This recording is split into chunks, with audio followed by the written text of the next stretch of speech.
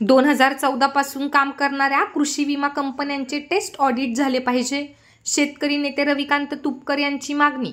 विमा कंपनीने शेतकऱ्यांची ही केलेली क्रूर थट्टा आहे.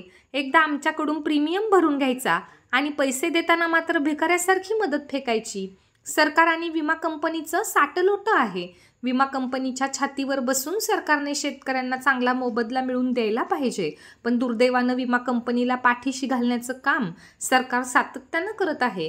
2014 पासून आतापर्यंत जेवढ्या कृषी विमा कंपन्यांनी महाराष्ट्रात काम केलं त्यांचे टेस्ट ऑडिट झाले पाहिजे, अशी मागणी शेतकरी नेते रविकांत तुपकर यांनी केली आहे. विमा कंपनीनं शेतकऱ्यांची ही केलेली क्रूर थट्टा आहे. एकदा आमच्याकडनं प्रीमियम भरून घ्यायचा आणि पैसे देताना मात्र आमच्या म्हणजे भिकाऱ्याला पण आपण देत नाही अशा पद्धतीने मदत फेकायची. 1 रुपये, 2 रुपये, 5 रुपये, 3 रुपये, 21 रुपये. मुळामध्ये पहिल्यापासून आम्ही सांगतो की सरकारचा आणि विमा कंपनीचा साटलोटा आहे. विमा कंपनीचे लोक आणि सरकारमधले अनेक मंत्री यांचा साटलोटा असल्यामुळे तेरी भी चूप मेरी भी चूप असा हा कारभार आहे. विमा कंपनीच्या छातीवर बसून सरकारनं शेतकऱ्यांना चांगला मोबदला मिळवून द्यायला पाहिजे, पण दुर्दैवानं विमा कंपनीला पाठीशी घालण्याचं काम सरकार सातत्यानं करत आहे. माझी तर मागणी अशी आहे की 2014 पासून आतापर्यंत जेवढ्या कृषी विमा कंपन्यांनी महाराष्ट्रात काम केलं त्यांचं टेस्ट ऑडिट झालं पाहिजे, म्हणजे दूध का दूध पाणी का पाणी होईल.